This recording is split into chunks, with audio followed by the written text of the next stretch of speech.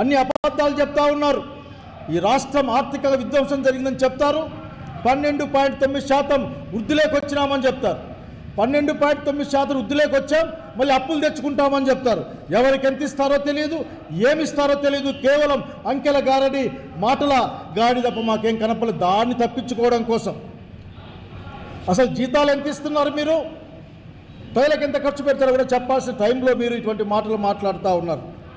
మీరు మాట్లాడడానికి చెప్తా ఉన్నాం స్పష్టంగా, మీరు మీ ముందు ముఖ్యమంత్రుల్ని ఆదర్శంగా తీసుకోండి. డాక్టర్ వైఎస్ రాజశేఖర రెడ్డి గారిని ఆదర్శంగా తీసుకోండి. అట్లాగే జగన్మోహన్ రెడ్డి గారిని ఆదర్శంగా తీసుకోండి. ఏ విధంగా పరిపాలన చేయాలనే విషయాన్ని వాళ్ళు చెప్తారు. మీకు తెలియని అంశమేమి కాదు.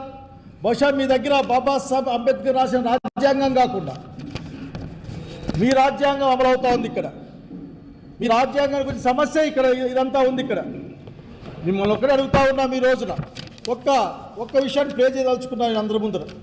ఎందుకంటే బాబు గారికి ఆయనతో తిరిగే వాళ్ళకు అర్థం కావాల్సిన అంశం ఉంది. జగన్మోహన్ రెడ్డి గారు ఏం చెప్పారు?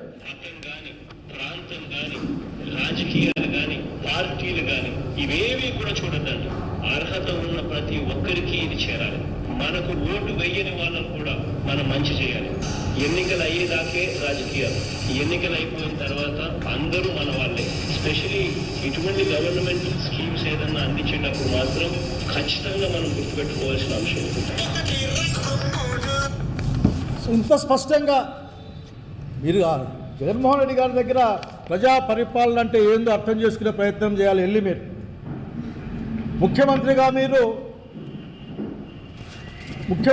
మీరు ఒక విషయాన్ని గుర్తు చేస్తున్నా నేను. మీరు ఈ రాష్ట్ర ప్రజలకు నాయకుడిగా ఉంటారు. ఇది రాజ్యాంగంలో చెప్పబడింది. దాన్ని ఇంప్లికేషన్ కూడా ఉంది. ముఖ్యమంత్రి స్థానం, ముఖ్యమంత్రి వ్యక్తిత్వం కూడా ఆధారపడుతుందని చెప్తారు. ముఖ్యమంత్రి వ్యక్తిత్వం కూడా, మీ వ్యక్తిత్వాన్ని ఈ రోజున మీరు చెప్పుకునే సమయం. మీరు అనేక విషయాల్ని మీరు చెప్పాలి మాకు. మిమ్మల్ని చూసి భావితరాలు చెడిపోయే అవకాశం ఉంది. మీ మాటలు విని మీ దాన్ని అమలు చేస్తే వచ్చే తరాలకు రాజకీయంగా ఈ విధంగా చేయలేమో అనుకుంటారు. మీరు ఏ విధంగా తెలుగుదేశం, వైసీపీ, సిపిఎం, సిపిఎం విభజిస్తారు నాకు అర్థం కావడంలే. ఏమైనా మీరు ఆ ఈవీఎంల గురించి ఎప్పుడూ ఒక అనుమానం ఉంది. ఆ ఈవీఎంలు ఏమన్నా మీకెవరు ఓటేశారు, ఇంకొకరికెవరు ఓటేశారని ఏమన్నా ఏదైనా మీ దగ్గర ఏమైనా ఉందా అని అడుగుతా ఉన్నాను నేను. కనుక మీరు అర్థం చేసుకోవాల్సిన అంశాలని ఈ రోజున అట్లాగే ఇంకో మాట చెప్పాలనుకుంటున్నాను నేను.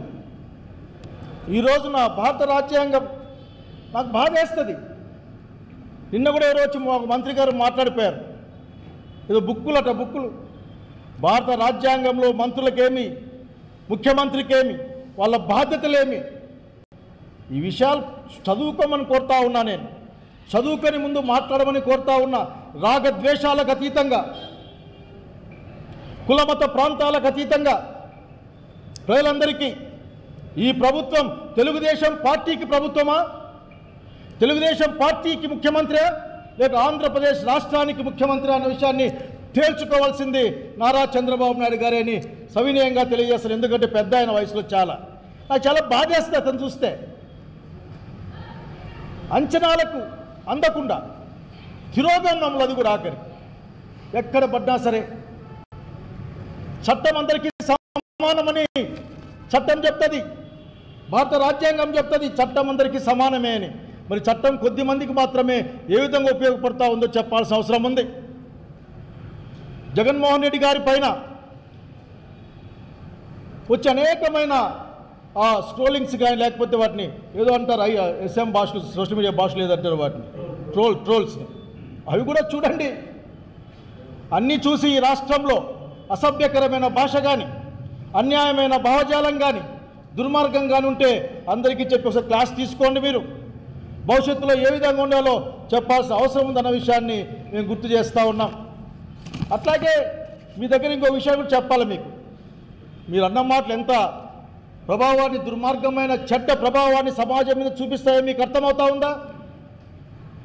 ఇది విద్వేషాలని, ఈ రాష్ట్రంలో ఉన్న ప్రజల మధ్య పార్టీల పేరు మీద విద్వేషాలని పెంచుతున్న విషయాన్ని మీరు గమనించమని కోరుతా ఉన్నాం.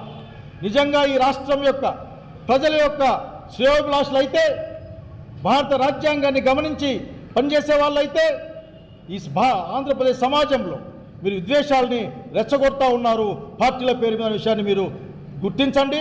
గుర్తిస్తే ఆంధ్ర రాష్ట్ర ప్రజానీకానికి ప్రత్యక్షంగా మీరు సారీ చెప్పండి, క్షమాపణ చెప్పండి. అది లేదు మీరే కరెక్ట్ అనుకుంటే భారత రాజ్యాంగం ప్రకారం ఏం జరగాలో జరుగుతున్న విషయం తెలియజేస్తూ ఉన్నా.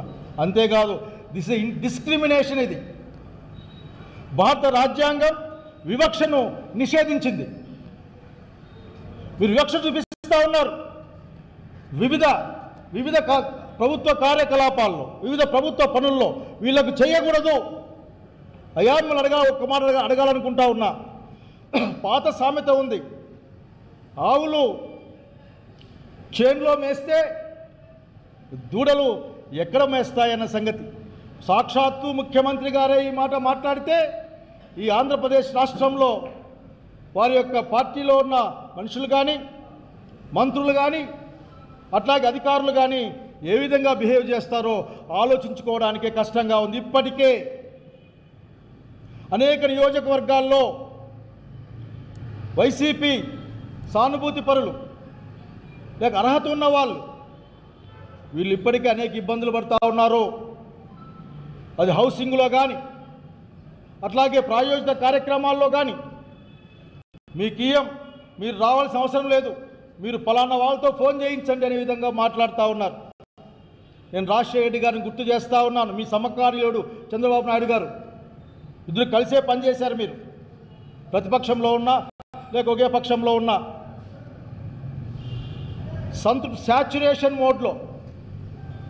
శాచ్యురేషన్ మోడ్లో కులాలకి, మతాలకి, రాజకీయాలకి ఏమీ సంబంధం లేకుండా ఆ రోజు హౌసింగ్ కానీ, ఆరోగ్యశ్రీ కానీ, ఉద్యోగాలు కానీ, సంక్షేమ కార్యక్రమం అన్ని ఫీ రియంబర్స్మెంట్ కానీ అన్నిటి కూడా మాలాంటి వాళ్ళం ఆ రోజున అడిగాం.